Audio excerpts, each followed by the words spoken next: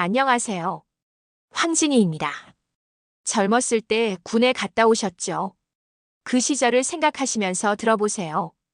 구독과 댓글은 저를 미소 짓게 합니다. 저는 사관학교 입소식 날 온몸에 긴장감이 감돌았습니다. 아버지의 반대에도 불구하고 저 한서진은 마침내 꿈꾸던 곳에 발을 들였죠. 초록색 제복을 입고 거울을 보는 순간 가슴이 벅차올랐어요. 드디어 해냈다. 그렇게 생각했습니다. 하지만 입소 첫날부터 현실은 냉혹했어요. 여성 사관 후보생은 전체 200명 중 15명에 불과했고 모든 눈길이 저희를 향했습니다. 선임 사관생도 정민우는 특히 여자 생도들에게 가혹했죠. 한서진 생도, 여기가 어디라고 생각하나? 놀러 온 거야. 정민우 선임의 목소리가 훈련장에 울려 퍼졌습니다. 똑같은 실수를 한 남자 생도들은 그냥 넘어갔는데 저는 이유 없이 추가 훈련을 받아야 했어요. 네, 선임님. 저는 눈물을 참으며 대답했습니다. 그날 밤 생도실에서 무릎이 까져 피가 흐르는 것을 보면서도 절대 포기하지 않겠다고 다짐했어요. 제 옆자리 생도 윤미래가 살며시 다가와 연고를 건넸습니다. 힘내. 우리가 여기서 버티지 않으면 앞으로 올 후배들은 어떻게 되겠어? 윤미래의 말에 고개를 끄덕였습니다. 이곳에서 우리는 단순히 생존하는 것이 아니라 미래를 위한 길을 개척하는 거였죠. 다음 날 아침 더 강해진 마음으로 일어났습니다. 훈련장에서 만난 다른 여생도들의 눈빛에서도 같은 결의를 봤어요. 우리는 말없이 서로를 응원했습니다. 그러나 2주차에 접어들자 정민우 선임의 괴롭힘은 더 심해졌어요. 한서진, 여자가 무슨 군인이냐? 집에 가서 화장이나 해. 가슴속에서 분노가 끓어올랐지만 참았습니다. 아버지도 이런 말로 저를 말렸었죠. 하지만 제가 여기 온 이유는 바로 이런 편견에 맞서기 위해서였으니까요. 밤마다 몰래 추가 체력 훈련을 했습니다. 팔굽혀펴기, 윗몸 일으키기. 근육통으로 온몸이 아팠지만 그것조차 이겨내야 할 과정이었어요. 나는 할 수 있어. 반드시 해낼 거야. 매일 밤 거울을 보며 다짐했습니다. 제 눈빛이 점점 단단해지는 걸 느꼈어요. 여기서 물러설 수는 없었습니다. 한 달이 지났을 무렵 우리 훈련대대에 새로운 훈육관이 온다는 소식이 들렸습니다. 박태수 대위 특전사 출신이래. 생도들 사이에서 수군거림이 오갔어요. 첫 만남은 아침 점호 시간이었습니다. 키 180cm가 넘는 박태수 대위는 표정 하나 없이 생도들을 쭉 훑어보았죠. 그의 눈이 제게 잠시 머물렀다고 느꼈지만 착각이었을까요? 나는 박태수 대위다. 앞으로 너희들의 훈육을 맡게 됐다. 짧고 간결한 소개였어요. 그의 목소리는 차갑고 단단했습니다. 그날부터 훈련 강도는 2배로 높아졌어요. 박태수 대위는 남녀 구분 없이 모두에게 똑같은 기준을 적용했습니다. 처음엔 공정하다고 생각했죠. 하지만 체력적 차이를 전혀 고려하지 않는 태도는 여생도들에게 또 다른 형태의 차별이었어요. 한서진 생도 기준 미달이다. 다시 박태수 대위의 냉철한 목소리가 제 귓가에 울렸습니다. 온몸의 근육이 비명을 질렀지만 다시 일어났어요. 어느 날 3km 달리기 훈련 도중 제 앞에서 윤미래가 쓰러졌습니다. 저는 본능적으로 멈춰서서 윤미래를 도우려 했어요. 한서진, 왜 멈추나? 계속 뛰어. 박태수 대위가 외쳤습니다. 순간 분노가 치밀었어요. 대위님, 생도가 쓰러졌습니다. 박태수 대위는 천천히 다가와 윤미래를 확인했습니다. 그리고 저를 똑바로 쳐다보며 말했어요. 동료를 돕는 건 좋다. 하지만 전장에선 임무가 우선이다. 이건 훈련이 아니라 실전이라 생각해라. 그의 말에 할 말을 잃었습니다. 그는 틀리지 않았어요. 하지만 이것이 옳은 것인지 의문이 들었습니다. 박태수 대위는 의무병을 불러 윤미래를 데려가게 한 후 저에게 말했어요. 나머지 거리 2배로 뛰어라. 그날 밤 근육통으로 잠을 이루지 못했습니다. 하지만 이상하게도 포기하고 싶진 않았어요. 오히려 더 강해지고 싶다는 생각이 들었죠. 박태수 대위의 냉정함 속에서 진정한 군인의 모습을 보았기 때문일까요? 주말 외출날 부모님이 면회를 오셨습니다. 어머니는 반가워하셨지만 아버지 김준호 장군의 표정은 여전히 굳어 있었어요. 살이 많이 빠졌구나.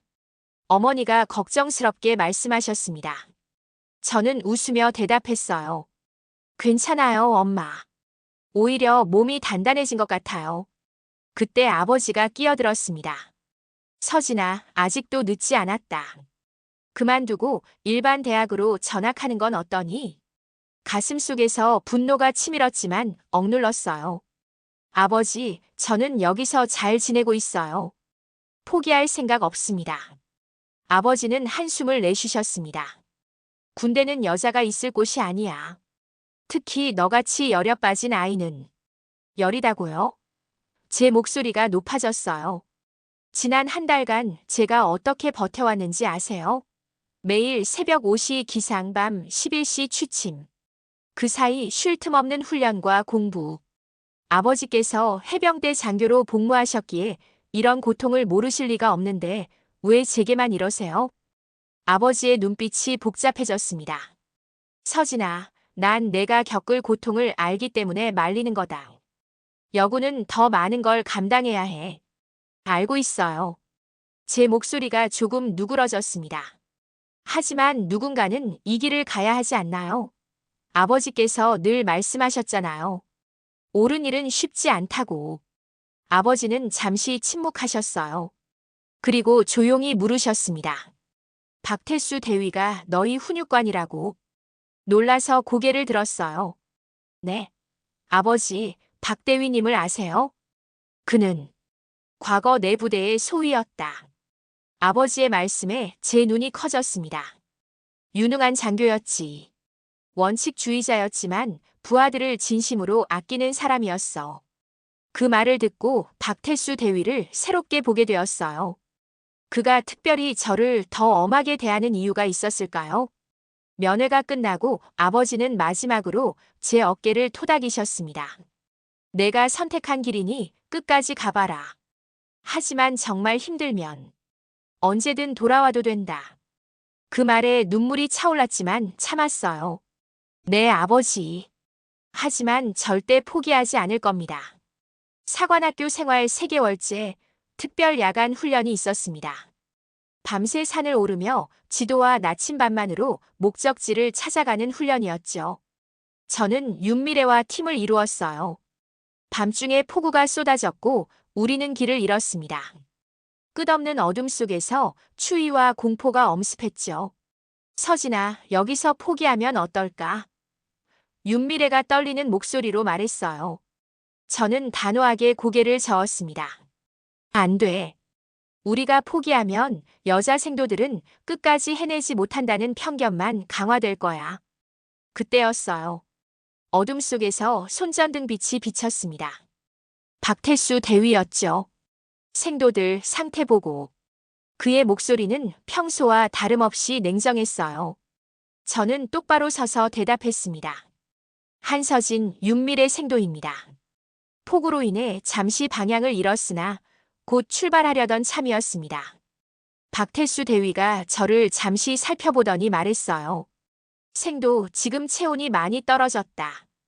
이런 상황에서 무리하게 진행하는 건 용기가 아니라 무모함이다. 그의 지적에 부끄러움이 밀려왔습니다. 박태수 대위는 우리를 가까운 대피소로 데려갔어요. 대피소에 도착하자 그는 우리에게 뜨거운 커피를 건네며 말했습니다. 진정한 군인은 자신의 한계를 알고 상황을 정확히 판단하는 법도 배워야 한다. 용기를 내어 물었어요. 대위님, 혹시 제 아버지와 함께 근무하신 적이 있으신가요? 박태수 대위는 잠시 침묵했습니다. 그리고 고개를 끄덕였어요. 김준호 장군은 내 첫 지휘관이셨다. 뛰어난 장교셨지. 그런데 왜 저에게 말씀하지 않으셨나요? 궁금증이 입 밖으로 튀어나왔습니다. 내가 특별 대우를 받길 원치 않을 것 같았다. 박태수 대위가 정직하게 대답했어요. 그리고 내 아버지께서 나에게 부탁하셨다. 너를 더 단련시켜달라고. 그 말에 가슴이 철렁했습니다. 아버지가 저를 그만두게 하려는 것이 아니었어요. 오히려 제가 더 강해지길 바라셨던 거였죠. 대위님, 저 포기하지 않겠습니다. 떨리는 목소리로 말했어요. 박태수 대위는 처음으로 미소를 지었습니다. 알고 있다, 한서진 생도. 처음부터 그걸 알고 있었다. 그날 이후로 박태수 대위를 다른 시각으로 바라보게 되었지만 선임들의 괴롭힘은 계속되었습니다. 특히 정민우 선임은 여생도들을 향한 모욕적인 언행을 멈추지 않았어요. 어느 날 윤미래가 화장실에서 울고 있는 모습을 발견했습니다. 미래야, 무슨 일이야? 윤미래는 떨리는 목소리로 말했어요. 정민우 선임이 여자 생도들 모두 쫓아내겠다고. 앞으로 더 힘들게 만들겠대. 분노가 치밀었습니다. 이대로는 안 돼. 증거를 모아야겠어. 그날부터 저는 작은 녹음기를 항상 가지고 다녔어요. 훈련 중 부당한 지시, 모욕적인 언행들을 몰래 녹음했습니다. 위험한 일이었지만 이대로 당하고만 있을 수는 없었어요. 2주 동안 증거를 모았습니다. 정민우 선임뿐만 아니라 다른 선임들의 발언도 녹음했어요. 여자들은 여기 올 자격 없어. 너 아버지가 장군이라고. 그래서 뭐? 녹음 파일을 누구에게 보여줄지 고민하던 중 운명의 실수가 일어났습니다. 체력 훈련 도중 녹음기가 주머니에서 떨어진 거예요. 이게 뭐지? 정민우 선임이 녹음기를 집어들었습니다. 그의 얼굴이 점점 붉어졌어요. 이거 녹음기 아냐? 순간 온몸이 얼어붙었습니다. 정민우 선임이 녹음 내용을 확인했고 분노로 가득 찬 눈으로 저를 노려봤어요. 너 감히 나를 녹음해? 그가 위협적으로 다가왔습니다. 용기를 내어 맞섰어요. 선임님, 그건 불법적인 지시와 모욕에 대한 증거입니다. 시발, 너 죽고 싶어? 정민우의 주먹이 제 얼굴을 향해 날아왔습니다. 눈을 질끈 감았어요. 하지만 예상했던 충격은 오지 않았죠. 눈을 떠보니 박태수 대위가 정민우의 팔을 잡고 있었습니다. 정민우 생도 당장 내 사무실로. 박태수 대위의 차가운 목소리가 훈련장에 울려 퍼졌어요. 저도 함께 사무실로 불려갔습니다. 박태수 대위는 녹음 내용을 다 들었어요. 그의 표정이 점점 굳어갔습니다. 한서진 생도 알고 있나?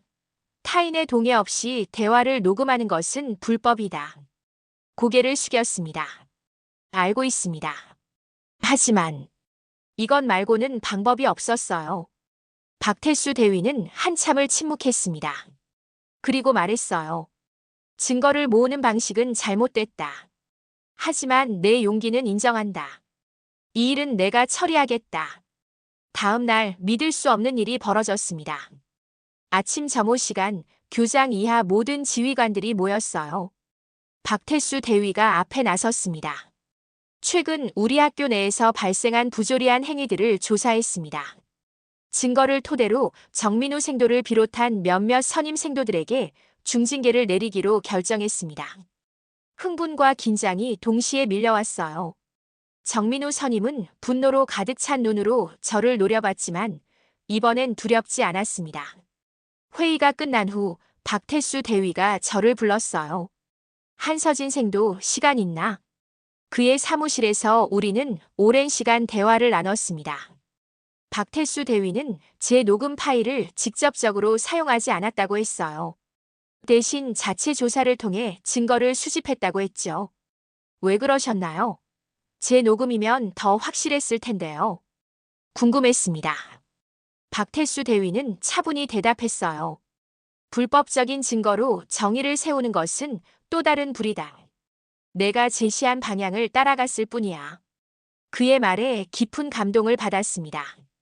대위님, 감사합니다. 감사할 필요 없다. 박태수 대위가 말했어요. 진정한 군인은 동료를 보호하고 옳은 일을 위해 목소리를 낼 줄 알아야 한다. 너는 그저 군인으로서 해야 할 일을 한 것뿐이야. 하지만 저는 규정을 어겼어요. 죄책감이 남아 있었습니다. 박태수 대위는 고개를 저었어요. 때로는 규정보다 중요한 것이 있다. 정의와 명예, 동료애. 이것들이 군인의 본질이다. 그날 이후 사관학교에 새로운 제도가 도입되었습니다. 익명신고 시스템이었어요. 부조리한 행위를 안전하게 신고할 수 있는 공식 채널이 생겼죠. 더불어 여성 생도들을 위한 멘토링 프로그램도 시작되었습니다. 선배 여군 장교들이 정기적으로 방문해 조언과 격려를 해주는 프로그램이었어요. 변화는 천천히 하지만 확실하게 진행되었습니다. 물론 모든 문제가 해결된 것은 아니었지만 적어도 목소리를 낼 수 있는 통로가 생겼죠. 변화의 바람이 불던 어느 날 훈련 중 사고가 발생했습니다. 장애물 코스를 통과하던 중 균형을 잃고 높은 곳에서 떨어진 거예요. 오른쪽 발목이 심하게 부러졌습니다. 병원에 누워 있는데 예상치 못한 방문객이 찾아왔어요. 아버지였습니다. 평소와 달리 군복이 아닌 평상복 차림이셨죠. 서진아, 괜찮니? 아버지의 목소리에 걱정이 묻어났습니다. 네, 아버지. 그냥 작은 사고였어요. 곧 훈련에 복귀할 수 있을 거예요. 태어난 척했지만 사실 발목 상태는 심각했어요. 아버지는 한참을 말없이 저를 바라보셨습니다. 그리고 갑자기 말씀하셨어요. 미안하구나. 놀라서 고개를 들었습니다. 김준호 장군이 사과하다니 평생 처음 듣는 말이었어요. 내가 너무 완고했다. 내가 사관학교에 가겠다고 했을 때 나는 내가 포기하길 바랐다. 아버지의 솔직한 고백에 가슴이 뭉클했습니다. 아버지, 박태수에게 너를 특별히 관찰해달라고 부탁한 것도 사실이다. 하지만 그 이유는 내가 포기하게 만들려는 게 아니었어. 내가 진정한 군인이 되길 바랐기 때문이야. 눈물이 흘러내렸어요. 저는 아버지처럼 되고 싶었어요. 강하고 존경받는 군인으로. 아버지가 제 손을 꼭 잡으셨습니다. 서진아, 넌 이미 나보다 훌륭한 군인이다. 부조리에 맞서 목소리를 낼 수 있는 용기, 그건 내게 없었던 것이야. 아버지, 박태수에게서 들었다. 내가 어떻게 동료들을 위해 싸웠는지. 내가 내 나이였을 때는 그저 명령에 복종하는 것만이 군인의 길이라 생각했었어. 하지만 넌 달랐구나. 아버지의 눈에도 눈물이 맺혔습니다. 평생 처음 보는 모습이었어요. 서진아, 이제 내가 너를 지지할 차례구나. 내가 가는 길이 어떻든 아버지는 내 편이란다. 병실에서 아버지와 나눈 대화는 제 인생의 전환점이 되었습니다. 그날 이후 우리 사이에 있던 벽이 조금씩 허물어졌어요. 재활 훈련을 거쳐 3개월 만에 사관학교로 돌아왔습니다. 돌아온 저를 기다리고 있던 것은 달라진 환경이었어요. 여성 생도를 위한 별도의 체력 평가 기준이 마련되었고 괴롭힘이나 부조리에 대한 제보 시스템이 정착되었습니다. 윤미래가 달려와 저를 꼭 안아주었어요. 서진아, 드디어 왔구나. 내가 없는 동안 정말 많은 일이 있었어. 윤미래의 설명에 따르면 제가 입원해 있는 동안 박태수 대위가 여성 생도들의 상황 개선을 위해 적극적으로 나섰다고 했습니다. 심지어 국방부에 여군 정책 개선안을 제출했다고 해요. 박태수 대위를 만났을 때 그는 평소와 같은 냉정한 표정이었지만 눈빛은 따뜻했습니다. 복귀를 환영한다, 한서진 생도. 그가 말했어요. 감사합니다, 대위님. 제가 없는 동안 많은 변화가 있었던 것 같습니다. 박태수 대위는 고개를 끄덕였어요. 변화는 필요했다. 그리고 그 시작점은 내가 만들었다. 부끄러워서 고개를 숙였습니다. 저는 그저 중요한 건 결과가 아니라 과정이다. 박태수 대위가 말했습니다. 내가 보여준 용기와 결단력은 많은 이들에게 영감을 주었다. 졸업을 앞둔 마지막 학기, 저는 한 가지 제안서를 작성했습니다. 여성 군인을 위한 리더십 교육 강화 방안이었어요. 여성이 남성 중심의 군대 문화에서 리더로 성장하기 위한 방법론을 담았죠. 이게 뭐지? 박태수 대위가 제 제안서를 훑어보며 물었습니다. 제가 경험한 것을 바탕으로 만든 프로그램입니다. 여성 생도들이 미래에 부딪힐 어려움을 극복하는 데 도움이 될 거라고 생각해요. 박태수 대위는 제안서를 꼼꼼히 읽더니 고개를 끄덕였습니다. 좋은 내용이다. 이걸 국방부에 제출해보자. 놀라움을 감출 수 없었어요. 정말요? 국방부예요? 그래. 내 경험과 통찰력은 군 전체에 도움이 될 거야. 그의 말에 가슴이 벅차올랐습니다. 놀랍게도 제 제안서는 국방부의 주목을 받았어요. 심지어 제안서를 발표할 기회까지 얻었습니다. 고위 장교들 앞에서 떨리는 마음으로 발표를 마쳤을 때 맨 뒷자리에서 박수 소리가 들렸어요. 아버지였습니다. 그분의 눈에는 자랑스러움이 가득했죠. 졸업식 날 제 이름이 호명되었습니다. 한서진 소위 이번 졸업생 중 리더십 우수상 수상자입니다.